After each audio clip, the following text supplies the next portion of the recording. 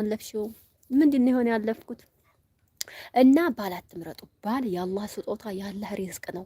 ሀብታም ስለሆነ ስላገባሹ ደስተኛ ነሽ ማለት አይደለም። ነገ ጧት የሀብት ሊጠፋ ይችላል፣ ወይም ልትወጪ ትችያለሽ ጥለሹ ማለት ነው። እሱ ሀብት ላይ ከገባሽ ደሃ ሆኖ ስላገባሹ ያ ሰውዬ ሁልጊዜ ደሃ ሆነሽ ትኖሪያለሽ ማለት አይደለም። አላህ ሪዝቃችሁን ተከፈተላችሁ በሆነ ነገር ሰርታችሁ ተለውጣችሁ አብራችሁ ደስተኛ ልትሆኑ ትችላላችሁ ማለት ነው።